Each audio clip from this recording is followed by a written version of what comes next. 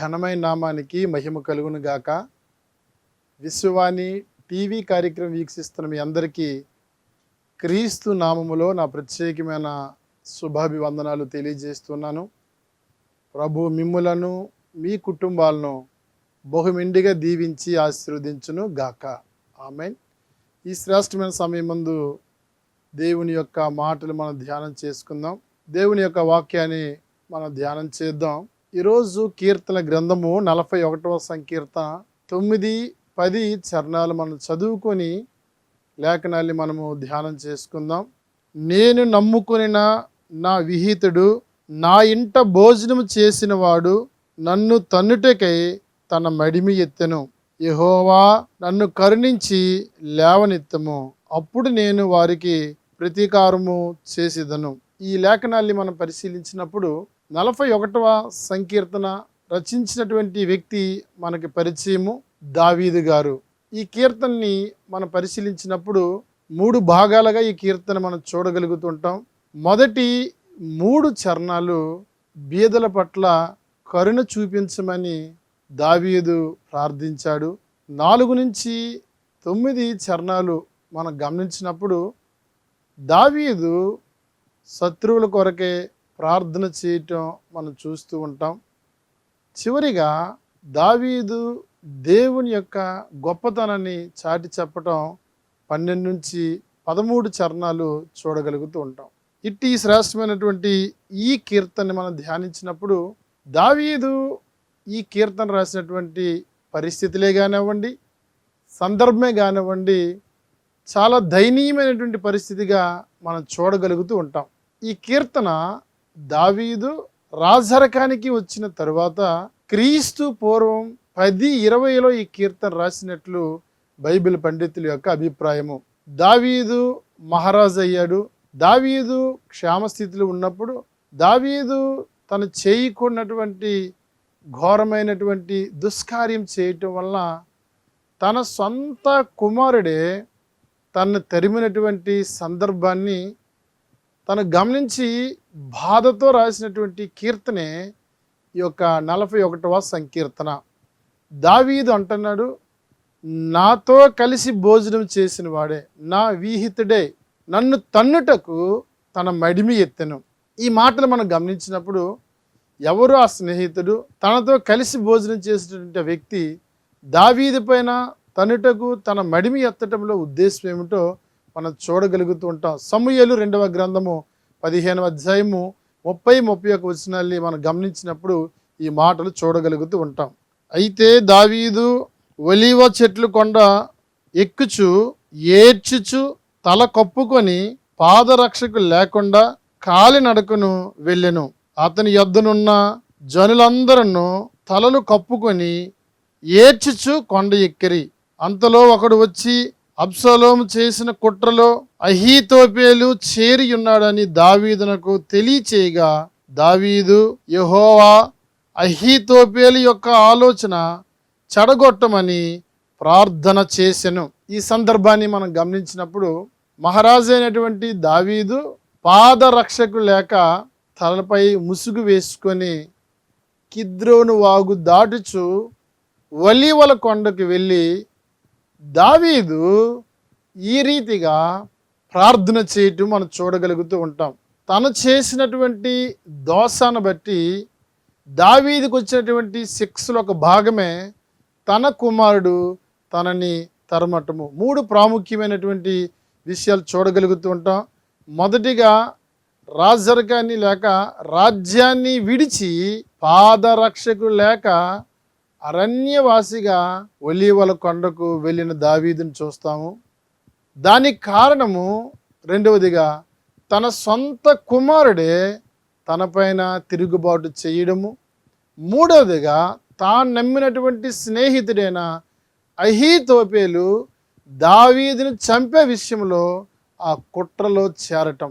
ఈ 3 విషయాల్ని దావీదు ఒలీవల కొండకు వెళ్ళి ప్రార్థన చేయటము మనం చూడగలుగుతూ ఉంటాం. దావీదు జీవితంలో అది చీకటి గడియలు. మహారాజు అయినటువంటి దావీదు రాజనగరును విడిచి ప్రాణ భయముతో ఒలీవల కొండకు చేరినటువంటి దావీదు ఈ కిద్రోను వాగు దాటిచు మోకాల మీదుండి చేసినటువంటి కన్నీటి ప్రార్థనే 41వ సంకీర్తన. దావీదు మహారాజు అంటున్నారు, నా విహితుడే, నేను నమ్మినటువంటి నా యొక్క స్నేహితుడే.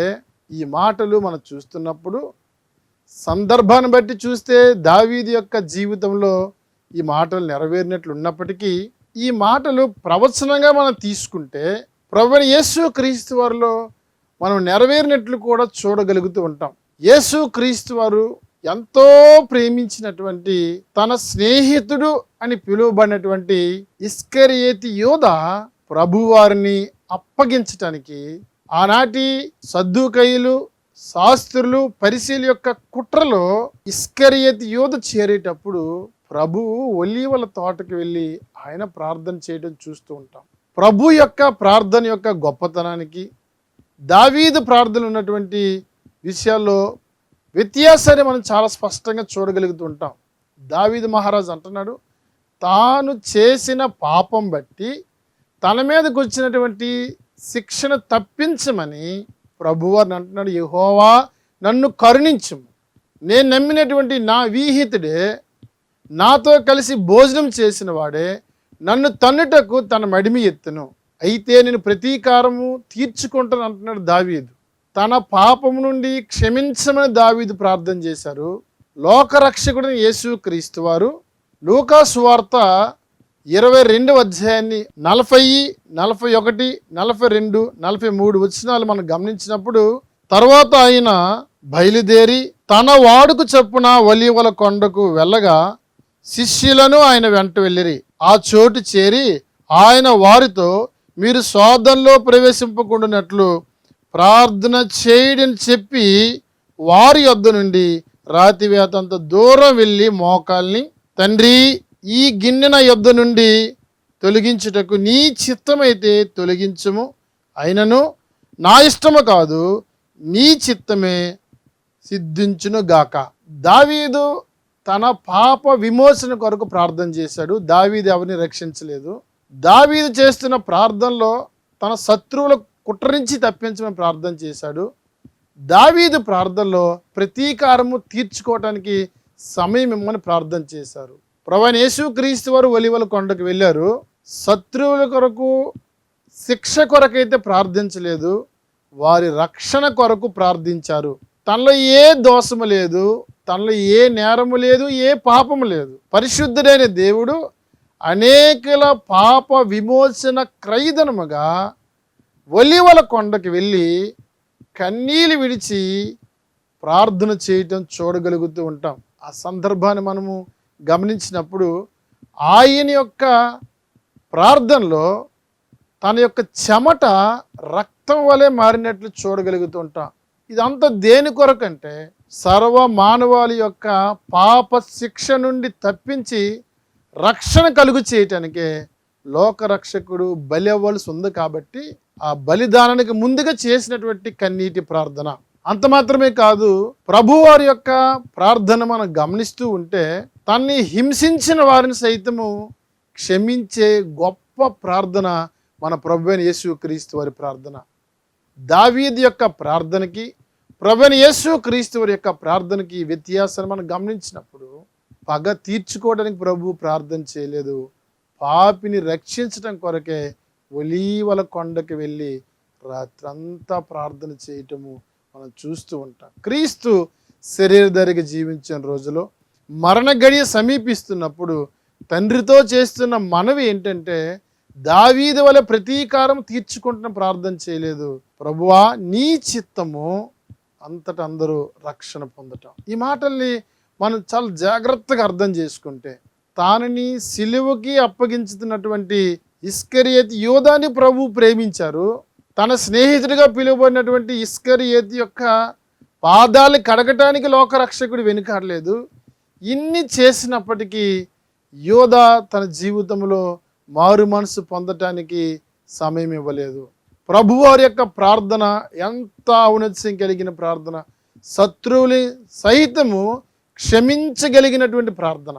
అంత మాత్రమే కాదు, లోక పాప విమోచన కొరకు, లోకములో ఉన్నటువంటి ప్రతి వారి రక్షణ కొరకు ప్రభు బలిదానంగా తన ప్రాణం పెట్టడానికి ఇష్టపడిన గొప్ప దేవుడే మన ప్రభు అయిన యేసుక్రీస్తు వారు. యేసు తన వాడుకు చొప్పున ఒలీవల కొండకు వెళ్ళాను. రాత్రంతా కన్నీళ్ళు విడిచి సర్వ మానవాళి యొక్క రక్షణ కొరకే ప్రార్థన చేసెను.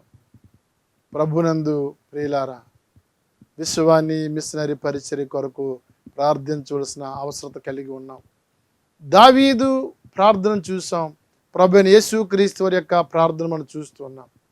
ప్రభువారు ఈ ప్రవచన నెరవేర్పుని తన జీవితంలో క్షమిస్తూ ప్రేమిస్తూ మన కొరకు ప్రాణాన్ని పెట్టినటువంటి ఆ గొప్ప దేవుని కలిగినటువంటి మనసు మనం కలిగి మన ముందున్నటువంటి ఈ పరిచర్య కొరకే భారముతో ప్రార్థించినటువంటి ప్రార్థన యోధులు అవసరం. అంత మాత్రమే కాదు, ఒక మిషనరీని పంపించడానికి, గ్రామంలో ఆ కొండల్లో సేవ జరిగించడానికి వెళ్ళే మిషనరీని పంపించే దాతలు అవసరము. ఈ దాతలు ప్రభు పనిలో సహాయకులుగాను ప్రార్థనా పరులుగాను ఈ యొక్క శ్రేష్టమైన విశ్వాన్ని పరిచర్యలో పాలు పంపులు పొందటం ఎంత ఆశీర్వాదకరము. ఆయన ఒలీవల కొండకి వెళ్ళి అనేకుల కొరకు, అనగా పాప విమోచన క్రైదనం కొరకు ప్రభువారు కన్నీళ్లు పెట్టారు. ఈరోజు విశ్వాన్ని పరిచర్య శ్రేష్టమైన పరిచర్య. ఎన్నడూ ఎవ్వరూ వెళ్ళలేనటువంటి ఆ మారుమూల గ్రామాలకు, ఎత్తైన పర్వతాలు, లోతట్టు ప్రదేశాలకు ఎంతో ప్రయాణంలో భయంకరమైన పరిస్థితులు ఉన్నప్పటికీ ప్రాణాలు పణంగా పెట్టి వెళ్తున్న మా కొరకే మీరు ప్రార్థించవలసిన వారై ఉన్నారు. అంత మాత్రం కాదు, ప్రభువు మిమ్మల్ని ప్రేరేపిస్తే కొండల్లో, లోయల్లో జరుగుతున్నటువంటి ఈ శ్రేష్టమైనటువంటి పరిచర్య కొరకు ఒక గ్రామం దత్తత ద్వారా, అనగా నెలకి 4,000 రూపాయలు ఒక మిషనరీకి మీరు సంపూర్తిగా అందించగలిగితే మీరు వెళ్ళలేని చోటికి వెళ్ళి ప్రభు సువార్తను ప్రకటించడానికి మేము సిద్ధంగా ఉన్నాం. దయచేసి క్రీస్తు యేసు కలిగిన ఆ మనస్సు కలిగి మీరు ప్రార్థించి పరిచర్యలో మీ యొక్క ప్రోత్సాహాన్ని అందిస్తారని ప్రభు నామములో మిమ్మల్ని మనవి చేస్తూ ప్రభు మాటలు మన వినికిడిలో దీవించి ఆశీర్వదించును గాక. ఆమేన్. ప్రార్థన చేసుకుందామండి. పరిశుద్ధుడైన తండ్రి, జీవం కలిగిన యేసు నీకు వందనాలు. దావీదు ఒలీవల కొండకు వెళ్ళారు. ప్రభువైన యేసుక్రీస్తు అనగా లోకరక్షకుడైన రాజాదిరాజైన దేవుడైన మీరు ఒలీవల కొండకు వెళ్ళారు. దావీదు తన పాప క్షమాపణ కొరకు ప్రార్థన చేశారు.